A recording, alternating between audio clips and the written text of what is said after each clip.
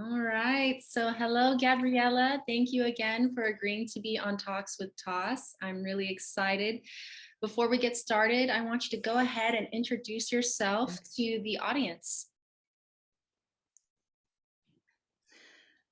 Excellent. Thank you, Tassi.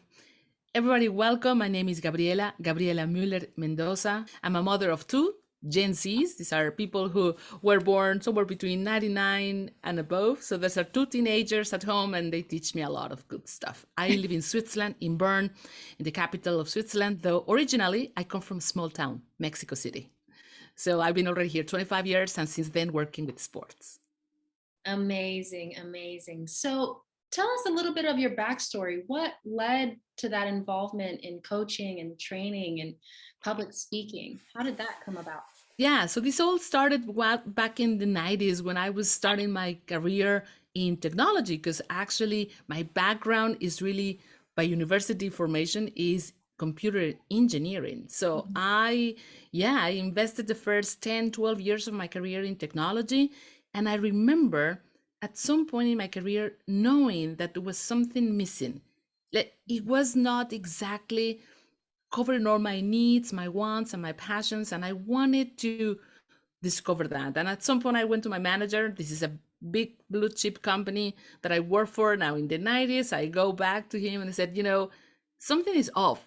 I want to work with people. I want to empower the teams. And this is back in the 90s. This is the beginning of coaching. He didn't know what to do with me. He said, okay, Gabriela, I think you need to go and figure out what you want to be in this so-called talent academy. So he sent me to Belgium for 3 weeks, along with so many other people from the same corporation, to figure out what we wanted to be and wanted to do in the corporation.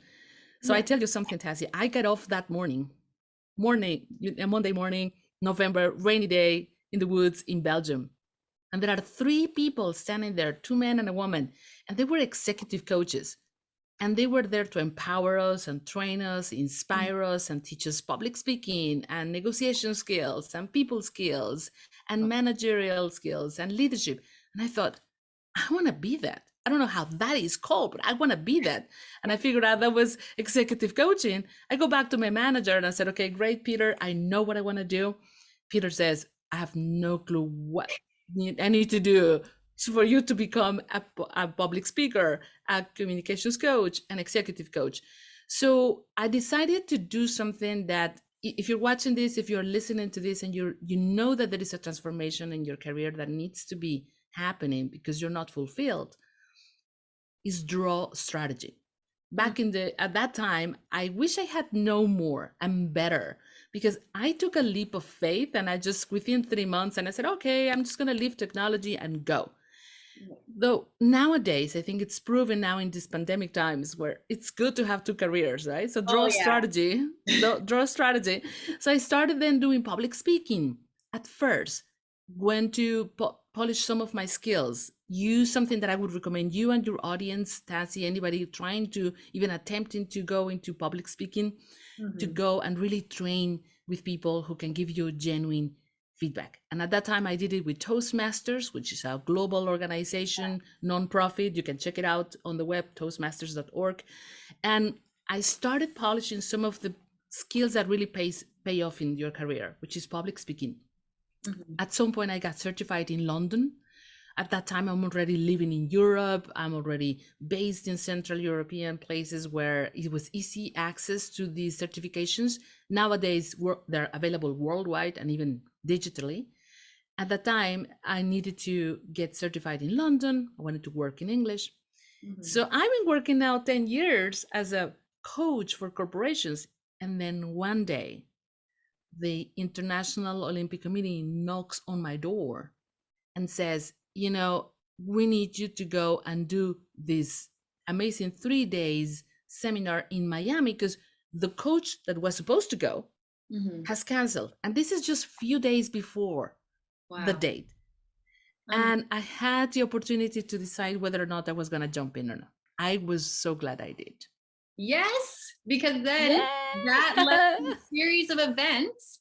And if that hadn't happened, I don't know if I would have met you back in 2013 for that Women in Sports seminar. completely changed everything for me when it comes to one-on-one interactions with individuals, how to be professional, how to articulate your message and get what you want across, and also publicly speak. I mean, I just remember, so similar to like Toastmasters, where we're all standing up there, we have to give a little bit of our spiel, and then one by one, we give our own little critiques of one another and how to better position your hands or how to work the room and how to use like 1, 2, 3, 4, the points you're trying to make. And I mean, see how much Yeah. it still sticks with me, and I still use that in my everyday. And I just remember going into, when I was applying to physical therapy school, that interview was so important because it's your one chance for you to show them who you are and what matters to you and why you want to be a physical therapist. And if you're able to get that across in X amount of minutes, with the message, the underlying message being what you want to execute first and foremost, to do it from beginning to end, it's like, I don't know how many people have those skill sets, because it is a skill. And it's such It an is. amazing niche practice, because in physical therapy, at least in that world, communication is so important with your patients. You can know everything under the sun about anatomy and physiology, about rehab, but at the end of the day, if you can effectively communicate with your patients or your clients, I mean, a lot of the message is lost. Their understanding is not there, and that's so important to their recovery. So I just appreciate you and what you do to no end. And I highly recommend more and more people get involved, really. But I know, Yeah. yeah. And I know you mentioned just briefly about having a number of skill sets and a number of experiences pulling from 2 different jobs in this current situation where having an online presence is so important. Can you speak to that transition of having to be more on an online platform? Yes, absolutely. I mean, welcome to 2021 and the future, right? We're all pivoting really 180 degrees to digital formats, right? And Yeah. what's interesting that you were saying this, Tassi, was so interesting because I also have seen how you have really, you are a rising star in your career. And one of the things that I bet that is paying off is exactly that, the ability for you to know that it's not what you say, which is, although content is king, it's how you say it. It's Mhm. so important. And what you were saying is people don't care how much you know, but it's also until they know how much you care. And the way you do this in a face-to-face encounter, or even, maybe looking at me on the stage here, is you rely so much, and we have already relied so much on our energy in the room, the executive presence that comes in the room and does and makes things happen. The problem is that now in this pandemic time, we're all now in these digital formats, small little screens, hopefully with good lighting and good camera. Yeah. And one thing is that we rely so much in few little now items and tips and tricks that can build trust, that can help you convey a message that really buys hearts and minds and cells. And it is important to realize that it's a complete different skill set, that now we need to, all of us, we're in this process of upgrading the 4.0 version of ourselves digitally, right? And so if at some point, maybe later, we can talk about few pointers that people really need to use, use to leverage their communications online. Hmm. And yeah, so with that being said, so what are some of your quick go-tos for, let's say you were in passing or you just met them and you can't necessarily sit down and have an interview like this? What are some things that you typically offer to individuals? Well, for the most part, is I work with medium and large groups worldwide now digitally. So that means we welcome teams anywhere between 20 to 40 to a couple of hundreds people online to work on these skills. And by the way, when we work together, we do leadership. As you know, Tassie, we don't talk about it, we actually do leadership. And yeah, show me some muscle there. And we really polish these in the sense of all these skills that are going to get us future ready. But one of the first ones is your mindset. I always say to people in this pandemic, getting better at your job is something that we work a lot, is your fixed mindset or your growth mindset, right? So in these new skills of the fixed mindset is the one that doesn't let you try new things and stops you from taking risks. Mm. The growth mindset is the one that says, wow, okay, it's a challenge, it's an opportunity. I'm going to go and get it. I'm going to give it a try. So I work thoroughly with leaders, with teams, with athletes around the world, making sure that they see, yes, those are challenges and opportunities to overcome. So public speaking, leadership skills, this mental shift that needs to happen in this new post-pandemic world after COVID-19 as we're now developing. And by the way, we are welcoming new generations in the workplace. This is also something that leaders in the world need to realize, that they need a complete different set skill, right? You millennials are going to be running the world by the year 2025. Welcome, Gosh. world, fasten your seatbelts. And then, of course, Gen Z, which is the next generation, comes and really becomes full adult in and participates in the workspace in the next 4 years. So it's going to be a new, interesting, really interesting world. And I think that this is where we're working thoroughly, one-to-one, face-to-face sometimes here in Europe. And now for the first time next week, I'm going to resume back again these large seminars. I'm going to go to Slovakia, Bratislava, and work with the gymnasts. So in this case, it's going to be the Gymnastic Federation, and working thoroughly in changing the game of gender balanced teams in leadership. It's That's all about more women in power. yes. So resuming the in-person live events, that's something that's coming up. Is there any other new projects that you're focusing on right now? Yeah, the one thing that within sports has been really a game changer for me and for the people that I empower, especially for gender balanced teams, has been Women Lead Sports. If you check it out, for anybody in your audience, I will send you the link as well. womenleadsports.com. This is a program that I decided to launch the moment the pandemic started. I said, I was in St. Lucia training women in the Caribbean when the lockdown started worldwide. I need to really change my flights, come back early. And I said, this pandemic is not going to stop us from empowering women in sports to go for leadership positions, to become better speakers, to lead better. So how can we do this? All the magic that happens in 3 days, how can we do it now digitally? And a lot of people said, no, it cannot be possible because, first of all, it's going to be temporary, just wait a couple of months, and it's not possible to replicate this. And I said, I love when people say, don't do that, because my response to that is, watch me. So we decided together with the team, and I said, how do we do this? And I am supported by an amazing group of people around me, sponsors. And I'm not talking about marketing sponsors. I'm talking about thought leaders who are sponsors of an idea that can empower this. For example, this podcast or webcast is going to have people behind you and around you with a powerful team who can make it happen, because we never really do these things alone, right?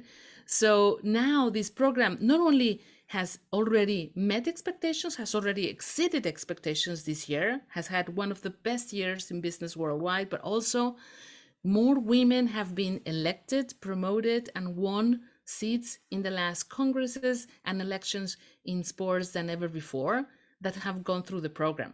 So I am really, really thankful and grateful for the opportunity, for people who play with me along the way, who continue to support this program, but also I am so in awe of what's possible doing this right with technology. We don't have to get sometimes on the 10-hour flight anymore. We can be much more environmental friendly doing these things. We can power and use the power of technology to make this happen. Like right now, you are sitting in Guam, I'm sitting in Europe, and we're having an amazing conversation that maybe otherwise would not have been possible. Yeah, and I just think about so I think it was either during the time when I was at the Women in Sport Leadership with you presenting in Tonga. I think it was around that time or shortly after where I was elected as the Guam National Athletes Commission president. And so, first female, not an Olympian, but a representative of the Guam Rugby Football Union as an athlete. That experience man, let me tell you, it was extremely uncomfortable. It was very challenging, but I think it was necessary because I was able to not see things as something that, oh, I don't want to do that. This makes me very uncomfortable. I don't like this, to seeing it as an opportunity to gain new skills. So like organizing huge events and coordinating other events with other individuals. I've never been in that type of a position where I was uh, basically like the authority or a leader. I don't like to use that word, but a leader in that way where I actually had to delegate tasks to other individuals. And it was just such a surreal experience, but man, has it carried, those skills I've carried them with me up till now. Yeah. And And, I, and there is something that I'm curious about, Tassie, as you describe this transition, because everybody who's listening or watching this is going to say, well, then she was given the opportunity. Wait, I want to make a little pause here. You hear Tassie saying that, and you hear me saying this, well, I got on the plane and I started doing these things. But there is always a moment prior and before you make the crucial decision that you are going to do it. That moment, I call this the 5-second decision moment. In that moment where you are hesitating, you are having a conversation with yourself about, can I do it? Am I ready? And then your inner critic, in so many cases, in many of us, starts talking to us. Who do you think you are? You are too young. You are too anything. You fill in the blank, too anything. To, you don't have the experience. You don't look that way. You don't have that certification. You have not been here for 10 years before. Whatever that is, that's a conversation that we all have. I call this the 5-second decision. And for Tassie, for me, for anybody watching, there is always going to be a moment, the 5-second moment, in which you are going to decide whether you leap or you stay. And here is the one thing: start before you think we are ready.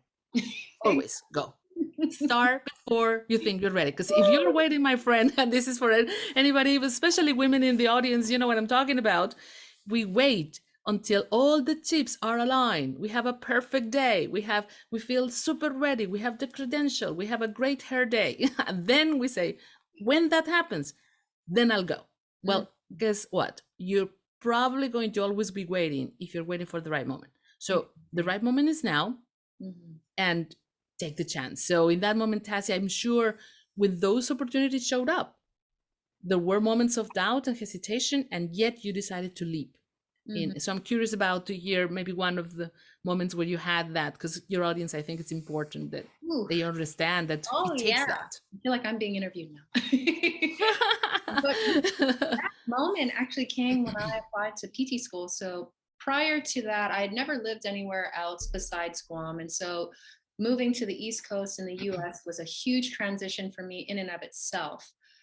But when I got there, I initially didn't think I'm going to just go straight into PT school. I never thought that. I thought I was going to go for a master's in kinesiology first. It's a similar thing. I'm not ready yet. I got to like do this first and this next before I make that big leap. And so I'm sitting there and I have my acceptance letter for a master's in kinesiology. And I'm looking at the paper. And it was in that moment where I looked at it and I said, just go for it, Tassie. Just apply to PT school. And in that moment, it was like, even though every step of the way, I started to realize more and more how difficult it was to get into PT school, because the demand is so high, but the amount of schools are not meeting that demand. So getting in, it's very competitive.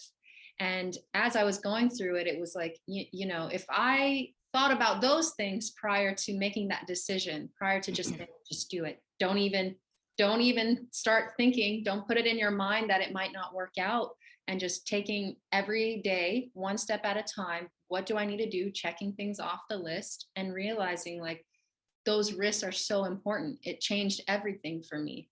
And now I'm in a much better position to give back to my community and to help others and be an example that there, you as a woman or a man, whoever, whatever.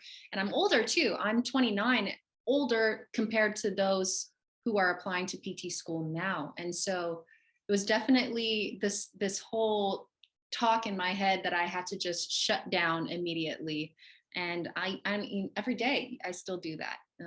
going to Absolutely. clients. Yeah, exactly. But you have to you have to be an advocate for yourself. You have to be the one who's going to say, "No, I can do this," because no one else is going to necessarily do it for you. You have a support team, that's true, but the belief. But at the end, nobody's coming. It's up to you. You have to go through the door, right? Yes, exactly. So that's definitely one of those instances that sticks out to me the most. I would say. Yeah. So we talked about your services online. We talked about your new projects. Are there any other things that you're looking to offer or that you offer that we hadn't talked about just yet? Yeah, well, a couple of years ago, I wrote a book.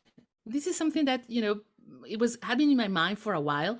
And I decided to write the book that I wish I would have read when I had started my career. So it's really blunt in the sense that I say these things in the book as they're not going to teach them to you in school, though they are true. For example, that you need to network very savvily, that there is going to be politics in every organization that you go to, and how do you navigate this in a savvy way. So I wrote this book. Is called the How to Be a Smart Woman in STEM, which is science, technology, engineering, and math. I mean, you are also part of sciences, so definitely is one of your fields. I strongly recommend it. Check it out in Amazon, but also if you want to just free stuff, I believe in really sharing content, quality content, and knowledge, just as you are doing, Tassie, through podcasting. So the Smart Woman podcast, check it out. It's fun. I give a lot of these golden nuggets on how to do things in a very pragmatic way. And as I look now in the future, I now am working really with athletes or with leaders and teams and how to be future ready, how to be ready for that very important transition Mhm. that we are all heading to within the next 4 5 years. This is going to be 2025 is a game changer, and I'd like to always be one step ahead. So we're already working towards how to make that transition possible. And a lot of them are athletes. And, one of the things, Tassie, that you and I know, that athletes' voices are so important. Mhm. So I'm also empowering athletes to speak up. I think athletes in so many ways, former athletes and current athletes, Mhm. their voice is much more than just a brand or a billboard or something to market. I think it's important nowadays that we understand athletes' voices are key to make change possible. And I know it's not always safe to speak, and I know it's not always easy, because sometimes athletes, when they speak up about things and causes that matter to them, they are penalized sometimes. So it's very important to know when and how, what are the safe platforms to do it, the right moment to do it. So I know it's important, though it's key that our athletes that are not only players, they're also role models and ambassadors, and they have huge platforms nowadays in social media. When they decide to speak, that they do it wisely, strategically, and really they have all the right to do it. Oh, it definitely reminds me of when I was put into the role of not only representing Guam as an athlete, but on the international stage when it came to sports forums, athletes forums, events like the one in Tonga where you were presenting. And you not only have to know about your sport, you also have to know about where you're from and how to articulate, because a lot of people are not necessarily aware of where is Guam, what is Guam all about, tell me more about this. And then you also have to recognize the role that you're playing when you come to these events, because there are politics involved as well, and you have to be professional and articulate and personable, all these qualities, and that you don't necessarily realize you have to have as an athlete.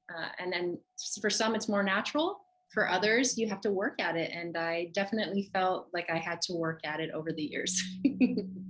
And it's paying off, because I can see the difference today. It's much more self-aware and confident. So yeah, absolutely. Thank you. And so tell us, Gabriela, how can our audience connect with you?